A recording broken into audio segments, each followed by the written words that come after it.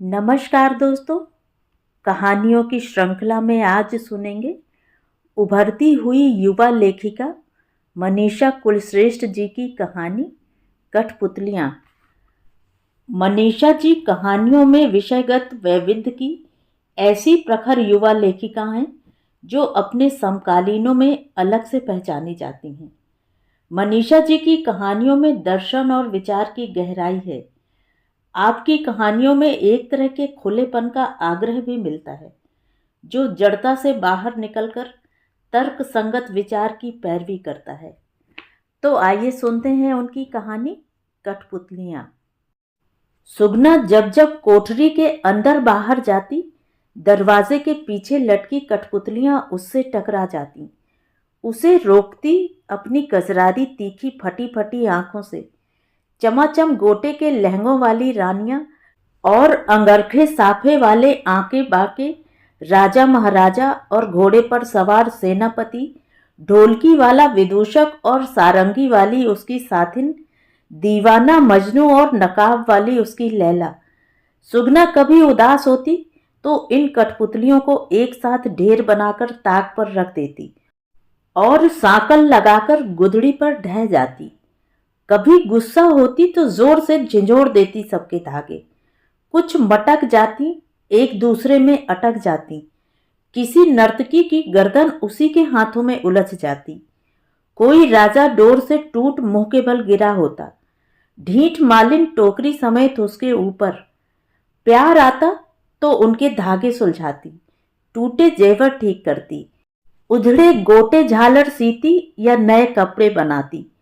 कभी कभी वह अपने हाथ पैर देखती तो उसे लगता उनमें भी एक अदृश्य डोर बंधी है।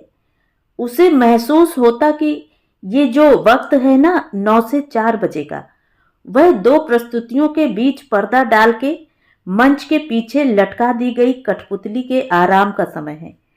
अब होती है ना कुछ दीवानी कठपुतलियां, देह के साथ साथ मन भी पसारने वाली।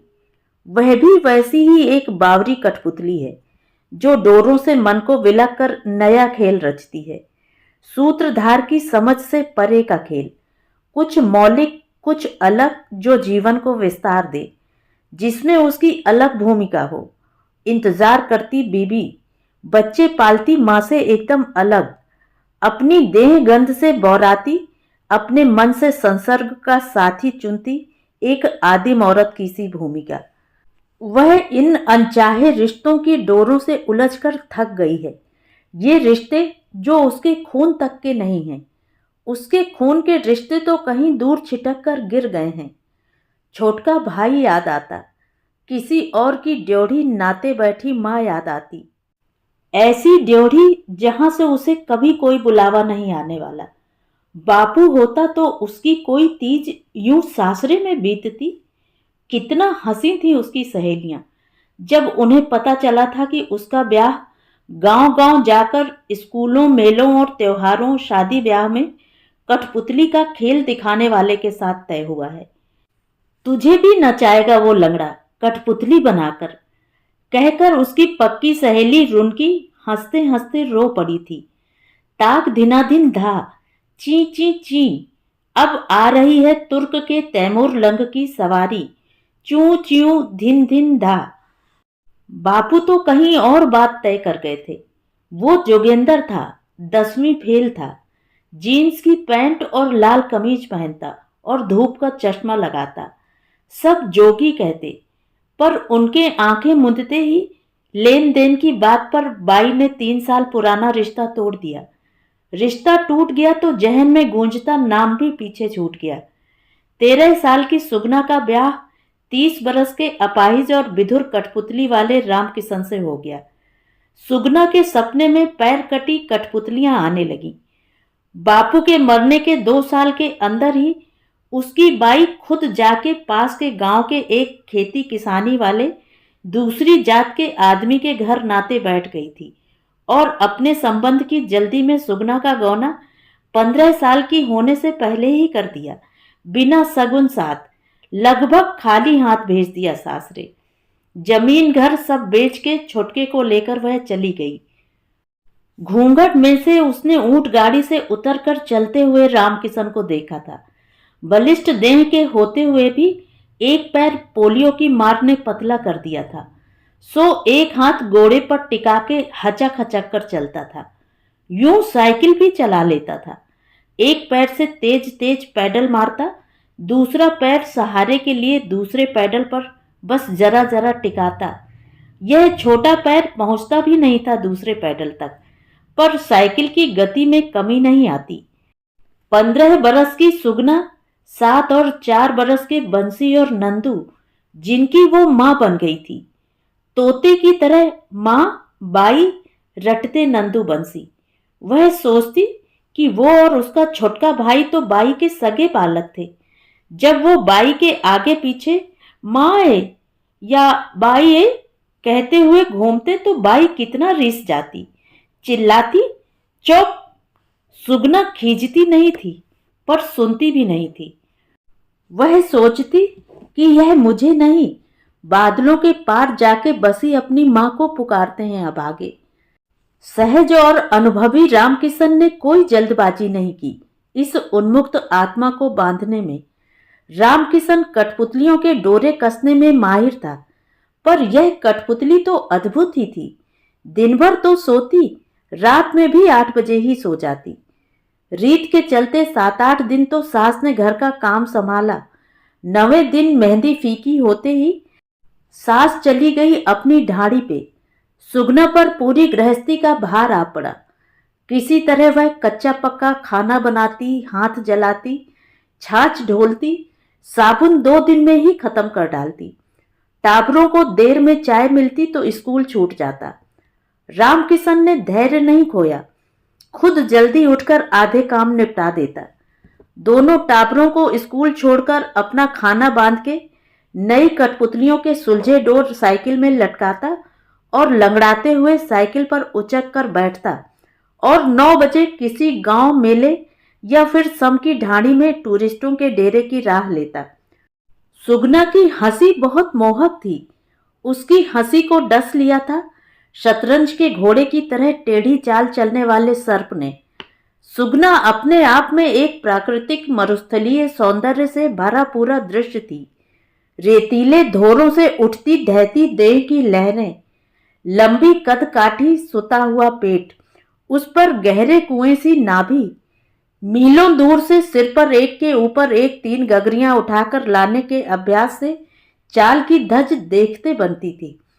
लंबी पतली आंखों में काजल की खिंची हुई लकीर जहां जाकर खत्म होती थी, वहीं टिके थे गोदने के 3 नीले बिंदु।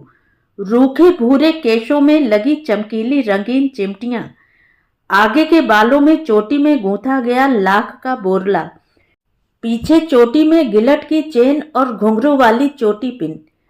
कस के बंधे बालों को भी उड़ा लिए जाती थी मरुधरा की बावरी हवा। चेहरे पर आ जाते बाल वह खींच जाती। बात देह की ही तो नहीं थी, मन भी उसका हरा भरा नखलिस्तान था। कम बोलती, हंसती ज्यादा। अतिरिक्त संवेदना उसके मन को आर्द्र करती थी, इसलिए बात बात पर आंसू की झड़ी लग जाती। इसी अतिरिक्त संवेदना के चलते वह रूखड़ों, पंछियों और डांगरों से बातें करती। उसे चिड़िया की आवाज पार्श्व का स्वर नहीं लगती थी, दृश्य का मुख्य स्वर लगती थी, और वह जब तक इस लोक से कट जाती। आकाश के रंग देख भूल जाती कि वह धरती पर खड़ी है। घर उसे काटने को दौड़ता। वह हर 2 मिनट में खुले की ओर भागती, कोठरी और रसोई से निकलकर। घर की रसोई से भला उसे घर के आंगन में लगा इकलौता खेजड़े का पेड़ लगता। वह आटे की परात, कांचरियों, फलियों और हरे साग की टोकरी और दरांती लेकर पेड़ के नीचे बने इस चौतरे पर आ बैठती और खाना बनाने की पूरी तैयारी यहीं करती। लगन के तुरंत बाद मेहंदी छूटते ही पहला जो काम उसने किया वह यही था कि एक पक्की एक कच्ची कोठरी वाले घर के आंगन में लगे इस खेजड़े के पेड़ को चारों तरफ भाटे लगाकर, चूना गारा थोपकर, ऊपर से लीप कर उसने गोल सुघड़ चौतरा बना दिया था। खेजड़े पर पंछी आते तो वह खुश हो जाती। मटके के टूटे पेंदी में पानी भर के टांग दिया था खेजड़े की एक डाल पर प्यासे पंछियों के लिए। मुट्ठी भर बाजरा आंगन में बिखेर देती तो वे चहचहाते हुए नीचे उतर आते। बंसी का बापू हंस दिया था उसकी इस हरकत पर। तब उसने उसकी तरफ पहली बार घूंघट हटाकर उसकी ओर देखकर हंसकर कहा था, इस घर को अपना बना रही हूं।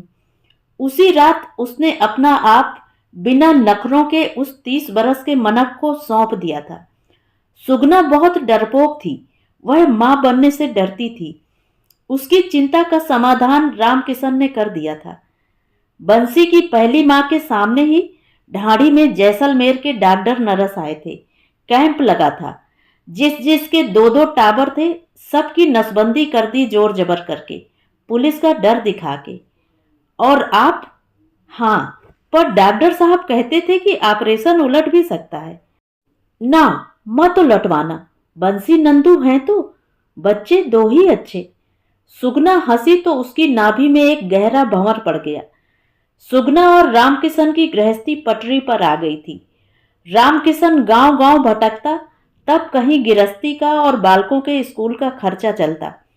उसे ऐसा लगता जैसे वह काठ की पुतली बन गई है और अदृश्य डोरे रामकिशन ने सुघड़ता से बिना उसे महसूस करवाए बांध ही दिए हैं। गृहस्थी के कामों को अब वह एक लय में कर डालती है। वह अब छाछ कम ढोलती, हाथ कम चलाती, साबुन बचा बचा कर इस्तेमाल करती। धरती की बहुमूल्य देन से विहीन इस गांव में आकर पानी के छपाकों से मुंह धोने की आदत छोड़ दी। बूंद बूंद पानी बचाती। टाबर माए बुलाते तो बिना चिहुके यंत्रवत समझ लेती। टाबरों को समय पर बाजरे के रोट और गुड़ का नाश्ता करा, दिन का खाना कागज में लपेटकर स्कूल का बस्ता थमाकर वह घर से भेजती और किवाड़ मूंदती तो ऐसा लगता कि अब जाके उसके डोरे ढीले हो गए हैं। अब सुगना नाम की कठपुतली के शांत लटके रहने का समय है, 2 प्रस्तुतियों के बीच का समय। वह धम्म से गुदड़ी पर सुन्न होकर पड़ जाती, अपने वजूद को, अपनी देह को हाथ से टटोलती, सोचती उलझती, लेकिन समझ नहीं आता रात किस मुहाने पर जाकर उफन पड़ी थी वह कि रामकिशन एकदम कुंठित हो गया और छिटक गया उससे दूर। पहले देह जब शांत नदी सी पड़ी रहती थी तो वह मीलों तैर जाता था। अब जब वह नैसर्गिक आकांक्षाओं से भरपूर नदी में बदल जाती है और इन्हीं आकांक्षाओं की पूर्ति हेतु प्रसन्न प्रछन्न क्षमताओं से परिपूर्ण होकर बहती है प्रबल प्रगल्भ, तो रामकिशन के लिए मुश्किल हो जाता है इस उफनती नदी को बाहों में भरकर तैरना। बहुत डरपोक थी सुगना, इस बात से भी डर गई। उसने खुद को काट कर लिया। अब रामकिशन चाहे जैसे न चाहे, वह जब तृप्ति की डकार लेता तो वह जूठन के इधर उधर गिरे टुकड़े समेट भूखी ही उठ जाती। फिर भी जिंदगी तो चल ही रही थी। रामकिशन अपने कर्तव्यों से कहीं पीछे न हटा, न सुगना ही ने हार मानी। बंसी नंदू उसे सगी मां से ज्यादा चाहने लगे थे। सब कुछ ठीक ही चलता तो कठपुतली वाले रामकिशन की लुगाई सुगना की कहानी 4 दिशाओं में क्यों भागती। धनी धोरे टाबरों और सासरे वालों के चलते सुगना यूं अकेली पड़ जाती। वो गई ही क्यों कुलधरा के उन खंडहर मकानों और मंदिरों की तरफ। उस दिन भी टाबरों को स्कूल भेजकर सुगना धम्म से कठपुतलियों वाले कोने में गुदड़ियों के ढेर पर ढह गई थी। ऊपर कठपुतलियां हिलती डुलती लटकती नहीं। इन कठपुतलियों का पहरा नहीं मानती वह। बाकी वक्त तो एक पहरा सा वह स्वयं पर महसूस करती ही थी। उसे लगता कि उसकी आत्मा तक पर कुछ जोड़ी आंखें गड़ी हैं, लेकिन यहाँ इस कोने में कठपुतलियों की फटी फटी कई जोड़ी आंखों से स्वयं को ढककर वह अपनी कांचली ढीली करती और देह के इस स्वस्थ मरुस्थल के बियाबां धोनों की लहरों पर आंख मूंद कर भटकती अजीब अजीब सपने देखती। जब आंख खुलती तो धूप आंगन के बीचों बीच खड़ी उसे पुकार रही होती, बींदड़ी पानी। धापुरी भाई।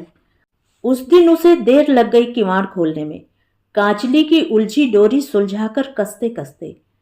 आंख लग गई थी मासा, आज तो पानी खत्म। गैला हो गया राम किशन, जो इस जोबन की मारी को ब्याह लाया। दिन चढ़े कोठरी बंद कर पता नहीं क्या करती है। एक वो थी कौशल्या, 5 बजे ही 3 कोस दूर पानी के लिए निकल जाती। बुढ़िया की गालियां खाती वह इदोड़ी चरूचरी मटका लेकर अकेली भागी पानी मिलने के अनजान लक्ष्य की तरफ। अपनी धाड़ी का कुआं और ट्यूबवेल तो पिछले बरस ही सूख चुका था। पास की धाड़ी में लगा सरकारी नल कब से बंद हो गया होगा। वह भागी पिछले दिन जहां धापू उसे साथ लेकर पानी लेने गई थी, कुलधरा के खंडहरों की तरफ, उस सूनी बावड़ी की दिशा में। पानी से छलछल करती उस 4 मील दूर की बावड़ी की तरफ तो मुसीबत आने पर ही गांव की कोई ही लुगाई जाती थी, वो भी इतनी धूप चढ़े तो कोई नहीं। जल्दी जल्दी पैर बढ़ा वह हड़बड़ाती हुई बावड़ी पर पहुंची। दोनों चरू चरी मटका भर लिए। ठंडा पानी देख नहा लेने का मन हो आया। 3 दिन हो गए थे नहाए। रामकिशन तो बहुत कहा सुनी होने पर 7 दिन में एक बार रात के बचे 2 लोटे पानी से नहाता है। कहता है, सुगनी पानी मत ढोलचे ज्यादा, यहाँ हमारी ढाणी में रेत से ही स्नान का रिवाज है। बताया ना, सुगनी बहुत डरपोक है, बात बात पर ठंडा पसीना बहाती है। सर पर साए साए करते बड़ के पेड़ और उसकी लटकती जटाओं से डर गई। जैसे तैसे लुगड़ा हटाकर लहंगा और कुर्ती पहने पहने एक चरु अपने ऊपर उल्टा और नहा ली। पानी पर पड़ते अपने हिलते डुलते प्रतिबिंब को देखकर उसे मालन कठपुतली याद आई। मेरा नाम है चमेली, मैं हूं मालन अलबेली, चली आई हूं अकेली बीकानेर से। रामकिशन उस शोक कठपुतली को नचाता हुआ बड़ी सुरीली तान में गाता है। वह भी गुनगुनाने लगी। प्रतिबिंब फिर हिला। उजाले में अपनी देह देखे बरसों बरस हो गए। घाघरा ऊंचा कर पैर देखे, गेहुआ पैर, सुनहरे रोए वाली पिंडलियां। पानी की धाराओं से टपकती देह को सुखाने पेड़ के नीचे रखे पत्थर पर बैठ गई। पल भी न बीता था कि धप से पीठ पीछे कोई गिरा। सुगनी की चीख हलक में, अरे डाकी बंदर है कि कोई भूत। उसका कलेजा छाती फाड़कर बाहर ही आने को था। ओलखे कोनी कहिए, पहचानती नहीं है क्या? मनख मानस की भारी आवाज सुन सुगना ने झट गीला घूंघट काढ़ लिया। कौन? ऐ सुगना, भूल गई क्या? जोगी, जोगिंदर। अब वह उठ खड़ी हुई। उसने हठात घूंघट हटा दिया। वही जीनस की पैंट, गोरा चेहरा, बलिष्ठ बाजू। यहां अंग्रेजों को कुलधरा दिखाने लाना था ना, गाइड की लाइन पकड़ ली है। जैसलमेर किला में अपना ऑफिस है।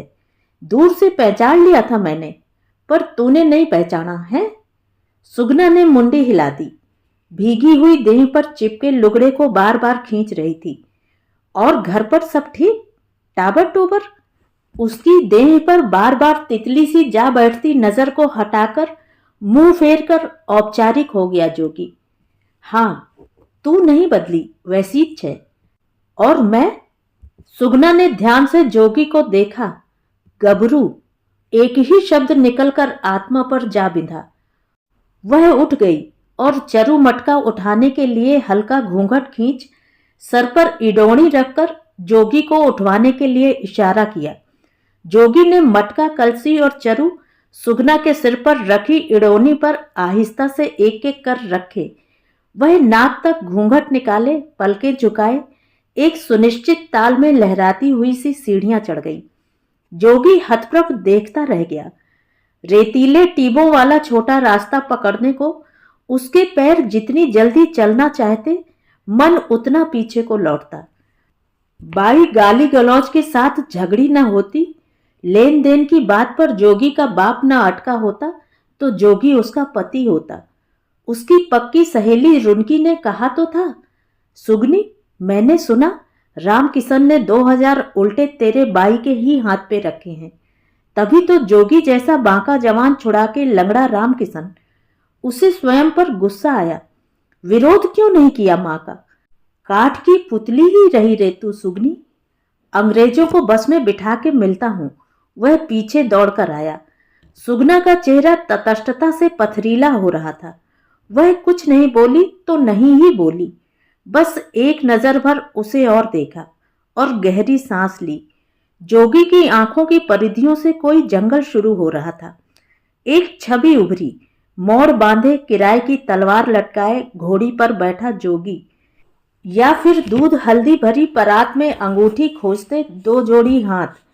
उसके घूंघट पर पड़ती उस उद्दाम पौरुष की छां, पुराने तेल पिए काले काठ के पलंग पर रेशमी बिछौना, आले में रखा दिया, बालों भरी छाती जो उसकी सफेद कमीज के खुले बटन से झांकती, बस अभी देखी है। रेगिस्तान की जलती रेत पर 3 गागर उठाए चल रही थी वह, और मन की केसरिया क्यारियों में अपूर्ण इच्छाओं के जामुनी फूल एक एक कर खिले जा रहे थे। चांदनी बिछ गई थी पैरों में, सर पर जैसे बादल रखे थे। उसकी गेहुआ देह पसीने से लथपथ हो गई थी। आधा कोस चलकर ही अचानक पश्चिम की तरफ से आसमान का कोना धुंधलाया। उसी कोने की धरा से रेत ऊपर को उठी, मानो नीले आसमान ने जबरन धरा को बाजुओं में भरना चाहा हो और महज गुबार हाथ आए हों। जब वह बावड़ी से चली थी तो आंधी के कोई आसार नहीं थे। साफ आसमान से देह को झुलसाती धूप बरस रही थी। हवाओं की चीख से रेत में जाने कहां जड़ धंसाए खड़े खेजड़े के पेड़ कांपे। कुलधरा गांव के दूर तक फैले खंडहरों के पत्थर तक सहम गए। बौरा गई थी हवा, बगले ही बगले गोल गोल चक्कर काटते। धापू सही कहती थी, ये जगह भुतहा है। आंखें किरकिरी हुई, फिर चेहरा, होंठ, यहां तक कि सांसें और भीगी हुई जुबान तक किरकिरा गई। सुगना एक ठूंठ से खेजड़े के नीचे ठिठक गई। चरु कलशी उसने नीचे मोटे भांटे के सहारे टिका दिए। सर से लुगड़ा उखड़कर फरफराने लगा। कुर्ती कांचली में अटका छोर छूट गया। बस घाघरे में अटका छोर छुड़ा पाता तो यह लुगड़ा तेज हवाओं के साथ कहीं परदेस ही जा उड़ता। गुलाबी छींट का लुगड़ा, किसी मोमल का या किसी मारू का। उसे खींचकर मुंह पर लपेट लिया और पेड़ से चिपक कर खड़ी हो गई। सामने वाले धोरे से 2 ऊंट वाले आनन फानन में उतर रहे थे। सुगना ने मुंह फेर लिया। एक भेड़ चराने वाला किशोर चरवाहा उसी के पास आ खड़ा हुआ। उसकी भेड़ें पेड़ के पास गोल झुंड बनाकर गोले के केंद्र में मेमनों को रख मुंह छिपाकर अनुशासित हो बैठ गईं। तेज चक्रवात से रेत की लहरों में हुई उथल पुथल से न जाने कितने रेतीले रेंगने वाले जानवर निकलकर लंबी घास की तरफ भागे। एक टेढ़ा टेढ़ा रेंगने वाला रेत का पीला सर्प लहराकर भेड़ों के झुंड की तरफ बढ़ा। भेड़ों का शांत झुंड उठकर मिमियाने लगा। किशोर चरवाहा आंधी में ही अपने भेड़ों को पुकारता इधर उधर भागने लगा। वो दोनों ऊंट वाले न केवल उस मासूम पर हंसने लगे बल्कि उसके बारे में भी अश्लील बातें करने लगे। वह स्तब्ध खड़ी थी, बुरी तरह आशंकित। अचानक 2 बाजुओं ने उसे खींचकर उस पेड़ से दूर किया। वह पीला सर्प खेजड़े की डाल पर अटका हुआ लटक रहा था। उसकी चीख निकल गई, चलो यहां से। धुंधलके में उसने देखा जोगी था। जोगी? पर कहां? कहीं भी नहीं। आंधी थमते ही घर का रास्ता लेना है, पहले ही देर हो गई। अरे गैली हुई है क्या इन ऊंट वाले स्मगलरों के साथ? यहां अकेली तूफान में क्या करेगी? वह उसके चरी मटके उठाकर चलता गया, सुगना उसके पीछे पीछे। अनजान पगडंडियों पर चलते चलते वे ढेर सारे नीम के पेड़ों से घिरे सुनसान पड़े एक भैरू बाबा जी के मंदिर के खंडहर तक पहुंचे। यह जगह ठीक है सुगना, चल यहीं इंतजार करें आंधी थमने का। वह उसका हाथ थाम ऊंची ऊंची सीढ़ियां चढ़ने लगा। मैं अंग्रेजों को बस में बिठा ही रहा था कि आंधी शुरू। मैं समझ गया कि तू फंसी होगी इस पीली आंधी में। सुगना की सांस अब तक तेज चल रही थी। जोगी की आंखों का जंगल करवटें ले रहा था। जहां घनी लताएं थीं, बहता पानी था, भागते कस्तूरी मृग थे। एक अपनी खुशबू थी जंगल की। भूख जगाई थी। सुबह से खाया ही क्या? पास के झाड़ से टीमरू तोड़ने लगी। जोगी तूफान से नीचे गिर पड़े शहद के छत्ते की तरफ बढ़ा। मक्खियां अब तक भिनभिना रही थीं। ए, मत खा ये जंगली फल, ले यह शहद। जोगी के हाथ में एक टूटे छत्ते का खोखल था जिसमें से शहद टपक रहा था। खा, ये बनमाखी का काढ़ा हुआ नीम का शहद है। वनमाखी जितना तेज काटती है उतना मीठा शहद बनाती है, पर यह मीठा शहद पीछे से एक तीतापन छोड़ जाता है। आंधी तो रुक गई थी, मगर शहद और तुलसी दोनों के मिश्रित स्वाद के लालच की एक ही डोर से दोनों बंधे रह गए। सुगना के अंदर की कठपुतली सांस लेने लगी थी। जोगी ने वह छत्ते का टूटा खोखल हाथ से ऊंचा किया और सुगना के सूखे होठों पर शहद की टपकती धार डालने लगा। उसके होठ शहद से भीग गए थे। खोखल से शहद जगह जगह से टपक रहा था। चेहरा, गर्दन, कांचली के गले की काट का वह छोर, जहां से फिर जंगल। जोगी बेशर्मी से हंसने लगा। शहद का छत्ता, एक घना जंगल, गले में किरकिराती रेत, अनजानी पगडंडियां, घने जंगल में छिपा झरना। खुलकर भूख लगी थी। फिर टिमरू तोड़कर खा लिए सुगना ने पास के झाड़ से। जहरीले थे या नहीं वे जंगली फल, नशीले जरूर थे। सुगना का होश खोने लगा। उसके बिवाई फटे पैर के अंगूठे को चूम ही रहा था जोगी कि उसे जोर की उबकाई आई। जोगी ने घबराकर उसके गले में अपनी 2 उंगलियां डाल उल्टी करवा दी। मना किया था ना, टीमरू और जंगली टीमरू में फर्क होता है। तुझे सुगंध ही नहीं आती, कभी पैर का अंगूठा, कभी मेरी उल्टी। तुझसे सूख, तू तो केवड़े का झाड़ है, कटीला मगर महकता हुआ सुगंध से। एक बार सुगनी, बस गलती हो गई कि तुझे भगा के नहीं ले जा सका। अब तुझे नहीं छोड़ना है। क्यों, तेरा भी तो ब्याह गौना हुआ है, मैंने सुना। वो अपनी जगह रहे, सासरे में। तुझे जैसलमेर रखूंगा। कस के घने बालों वाली छाती से उसे चिपकाता रहा जोगी, जिसके छाती के बालों के डंक पूरी देह पर लेकर लौटी थी सुगना। शहद और डंक दंश की एक तीक्ष्णता देह दुखा रही थी। वहीं शहद का तीतापन दंश लगे हिस्सों पर जलन पैदा कर रहा था। जब वह घर पहुंची, रास्ता ढूंढती हुई और रेत से किरकिराता हुआ पानी मटकों में लेकर, तो बहुत देर हो चुकी थी। सांझ ढलने को आई थी। दोनों टाबर बस्ता बाहर ही छोड़कर भूखे प्यासे रेत में खेल रहे थे। उसे देखते ही बाई कहकर लिपट गए। साइकिल बाहर खड़ी थी, जिसके हैंडल में उलझी हुई रेत भरी कठपुतलियां यूं ही लटकी हुई थीं। उन्हें उतारकर कोठरी तक में नहीं रखा गया था।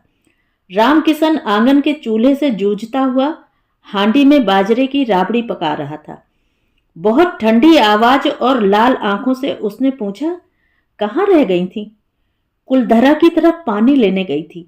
रास्ते में तूफान आ गया, फिर रास्ता भी भूल गई। सच में ही तूफान आ गया और रास्ता भूल गई?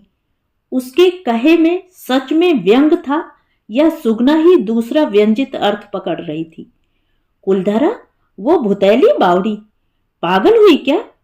किसने बताया तुझे उधर का रास्ता?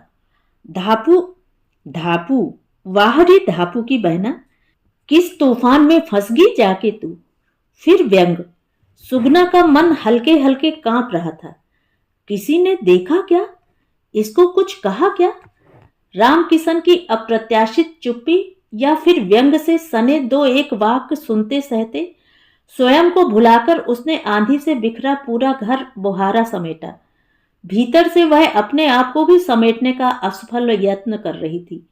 रात को टाबरों को खाट पे सुलाकर हाथ मुंह धोकर कपड़े बदलने को हुई तो देखा, जहां जहां शहद गिरा था वहां वहां कुर्ती का रंग उड़ गया था। कांख चिपचिपा रही थी, कान तक के अंदर चिपचिप। 3-4 लोटे पानी के भी कम थे उस चिपचिपाहट के लिए। इतना पानी क्यों ढोल रही है? रेत ही तो है, कीचड़ कादा थोड़े है।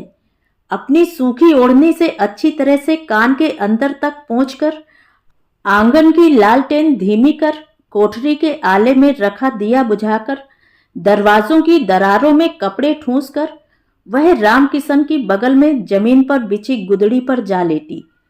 तमाम व्यंग बाणों के बीच भी रामकिशन का नीचे बिस्तर बिछाना उसे समझ नहीं आया। जब टाबरों को ऊपर प्यार से सुला रामकिशन नीचे उसकी गुदड़ी बिछाकर लेटता है तो उसका मंतव्य सुगना तुरंत समझ जाती है। उस रात रामकिशन उसके प्रति निर्मम था। उसी दौरान दो जोड़ी शहद के रंग की आंखें और मुड़ी हुई पलकों की वह अधखुली चिलमन उस पर बिना झपे तारी न हो गई होती तो वह उस एक जंगल से कैसे गुजरती। न गुजरती उस जंगल से तो यह सरासर बलात्कार होता। सह गई वह रामकिशन की सारी निर्ममता, अपने भीतर करवटें लेते जंगल के चलते। उसने कब देखा था घनेरा जंगल, बस मीलों मील फैले मरुस्थल देखे थे। पीली और काली आंधियों में भी उन पर टिके पुराने खंडहर जैसे तैसे सांस लेते थे और इन खंडहरों में लटके वनमाखी के मीठे शहद भरे छत्ते। मीठा तो होता है इसका शहद, पर तीतापन पीछे छोड़ जाता है। यही कहता था ना जोगीड़ा। रामकिशन का गांव गांव जाकर कठपुतली का खेल दिखाना नहीं रुका, कुलधरा से उसका पानी लाना नहीं रुका। जोगी का विदेशी और देसी टूरिस्टों को कुलधरा रोज लाना कैसे रुकता। कुलधरा के रहस्यमय खंडहर अंग्रेज हैरानी से देखते। कैसे पूरा का पूरा गांव एक ही रात में गायब हो गया था। जलते चूल्हे, चलती चक्कियां छोड़, दरवाजे खुले छोड़, अनाज भरे कुठार यूं के यूं छोड़, गांव का गांव गायब हो गया। कहां पता नहीं। बहुत रहस्यमय है जैसलमेर जिले का यह कुलधरा गांव। जोगी टूटी फूटी अंग्रेजी और पर्यटन विभाग के छपे पन्नों से उन्हें बताता, sir look here madam, those villagers are Paliwal Brahmins. One day suddenly they left the village in same condition, same as you are looking here। जल्दी ही गर्भवती होने का एहसास चींटियों सा उसे काटने लगा था। रामकिशन के पार्श्व में लेटे हुए उसे लगता गर्म रेत पर लेटी है वह। देह के आकार का वाष्प और तरल भरा गड्ढा भर है वह। पंडित का फिकरा गूंजा। विधवा, गाभण, ऋतुमती औरतों, छोड़ी हुई लुगायां, हवनसु आप ही उठ के चली जाओ। बुरो मत मांजो सा, भगवान री बनाई रीत है। आरती में कोई भेदभाव नहीं। आरती के टेम वापस आ सको, अपनी अपनी श्रद्धा से भेंट चढ़ा सको। अनवरत चल रही आहुतियों के यज्ञ में पति के वामांग बैठी सुगना ठिठकी। सुगना के पेट में चक्रवात उठा। रामकिशन ने मासूम मगर धारदार होने की हद तक ईमानदार बड़ी बड़ी आंखों से प्रश्न किया और पैर के अंगूठे से उसकी जांघों को कुरेद कर पूछा, क्या हुआ। वह ढीठ बन गई और रामकिशन के बलिष्ठ हाथ पर अपना हाथ रखकर यज्ञ में आहुतियां दे आई। बाबा रामदेव जी के मंदिर की ही बात है वह यज्ञ। बाबा रामदेव जी का मेला भरा था। मन्नत पूरी हुई थी रामकिशन की। रामकिशन को जयपुर के एक लोक कला केंद्र में कठपुतली के खेल दिखाने की स्थायी सरकारी नौकरी मिल गई थी। वह गांव छोड़ के जाने का मन बना चुका था। सुगना की आत्मा कटघरे में खड़ी थी, अपने आप से दरियाफ्त करती हुई। शून्य चेतना क्या उत्तर देती, हालात की क्या समीक्षा करती। जोगी का कई दिनों से कुछ पता नहीं था। वह कई बार कुलधरा जाकर खाली हाथ लौट आई। चींटियों का कोई एक गहरा बिल खुल गया था, कहीं कच्ची पोली निष्ठा में। वे दिन रात उसकी आत्मा और देह पर रेंगा करती। क्या उत्तर देगी पति को। तीसरा महीना चढ़ गया है। कैसा आलस घेरता है आजकल उसे। जरा चल के थक जाती है। मन कहीं गहरे गर्त में डूब गया है जाके, पर देह यंत्रवत लगी रहती है काम में। जो खाती वह तुरंत उलट देती। पड़ोसन धापू कुछ कुछ समझ रही थी, कुछ रामकिशन भी। दोनों के दोनों उसकी तुलना में अनुभवी। तो ये तूफान था, ऐसी गैल भूल गई थी तू। धापू, अच्छा कुलधरा के खंडहरों वाली बावड़ी का रास्ता बताया तूने। अब तू ही इसे इसकी माँ के घर पटका। इस ढोलकी का अब मैं क्या करूं। वहां कौन बैठा है इसका। तेरा ही बच्चा है ये। कभी ऑपरेशन खराब हो जाते हैं। इसके मायके में कौन है अब। माँ तो खुद नाते बैठी है किसी के। कहाँ जाएगी राम किशन ये, इसे भी बिठा दे नाते किसी के, कहना रख ले बच्चे समेत, बोल दे इसे कि चली जाए उसके पास जिससे ये ढोल गले में बंधा के लाई है। ये कौवे और कोयल वाली कहानी खेलने को राम किशन कठपुतली वाले का ही घर बचा था राण। लंगड़ाकर वह घिसटा सुगना की तरफ, हाथ भी उठे राम किशन की सुगना की पीठ पर बरसने को, पर अगले पल ही गिर गए। साले राम किशन लंगड़े, तू आग नहीं बुझा सका इस राण की, कहकर राम किशन क्रोध में मेड़ की झरती दीवार पर अपना हाथ मारने लगा। आंख से आंसू बहते थे, मुंह से लार। बात छिपी नहीं, ससुराल की ढांडी तक पहुंची। वहां आकर बवंडर उठा दिया सास ने। सुगना कहती रही यह बच्चा राम किशन का ही है, तो जाति के पंचों को इकट्ठा करके अग्नि परीक्षा की बात करने लगी सास। राम किशन जितना चाहता था कि यह मामला तूल न पकड़े, उतनी ही बात घर से बाहर आग की तरह फैल गई थी। किसी का भी हो, चाहे सुगनी के गर्भ का बच्चा, वह सुगना को नहीं छोड़ सकता। यह निश्चित था कि बच्चा उसका नहीं है, लेकिन कठपुतली नचाते नचाते राम किशन जान गया था कि उसकी यह जो मायावनी जीवंत कठपुतली है सुगना, वह मुक्त भी है, अनुरक्त भी। उसमें त्याग भी है, मोह भी। न सही सती धर्म, लेकिन सेवा है, सहिष्णुता है। उसमें जीवन है, जीवन की हलचल है, मादकता है तो अथाह ममता भी। वह अंत तक कहता रहा, बाई रहने दे, मेरा घर उजड़ जाएगा दूसरी बार। पर सास अडिग थी अग्नि परीक्षा को लेकर। राजस्थान के मरुस्थली इलाके के अंदरूनी हिस्से में, जहां जातिगत पंचायत ही समस्त कानून व्यवस्था का काम करती है, वहां पुलिस या घरेलू अदालत का क्या काम। समाज को इकट्ठा कर अग्नि परीक्षा का यह प्रपंच सास के इशारों पर था।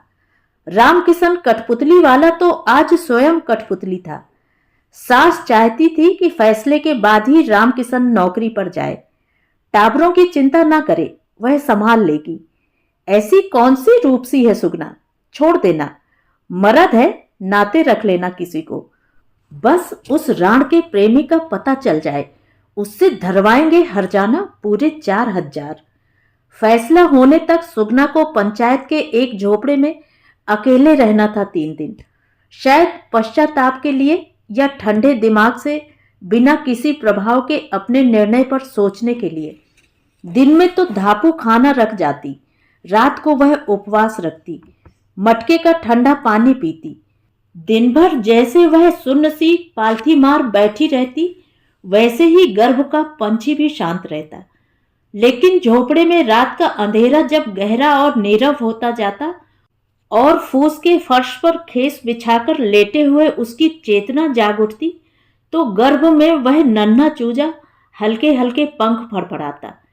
एक नन्ही बच्ची की तमन्ना हौले से जागती। फिर उसे राम किशन की नई रची कहानी की कठपुतलियां याद आती जो उसने बनाई थीं। जेल में पड़ी देवकी और जोगमाया की कठपुतलियां। कितना भोला चेहरा जोगमाया का। रात की नीरवता में बाहर और भीतर के स्पंदन और सजग हो जाते।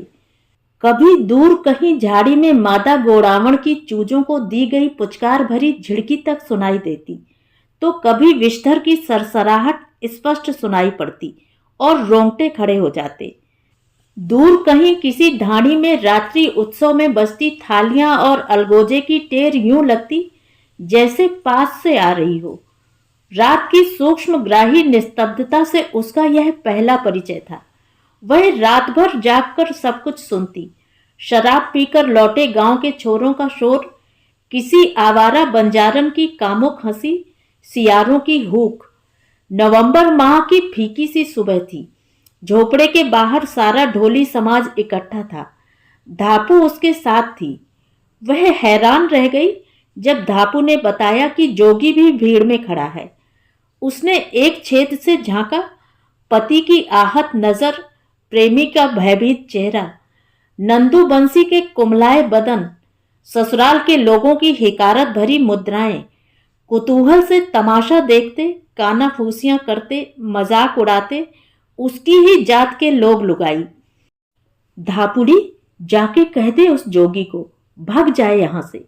किसी को अंदाजा भी पड़ गया तो हर्जाने की बात तो है ही, कूट भी डालेंगे उसे मेरे सासरे वाले। फैसला जो होना हो। वह लगातार यही कहेगी कि बच्चा रामकिशन का ही है और किसी का हो ही नहीं सकता।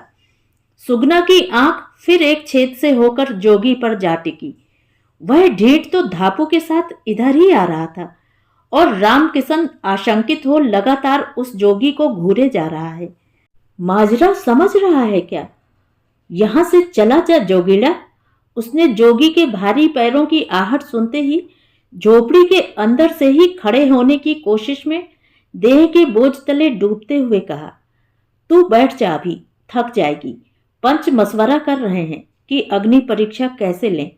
जोगी तू बाहर ही रुक। धापू ने उसके साथ भीतर आते जोगी को हाथ से ठेल दिया। सुगना सुन, मैं हरजाने के 4,000 लाया हूं। 2,000 में छीनी थी ना तुझे मुझसे, मैं दुगना हरजाना भरूंगा।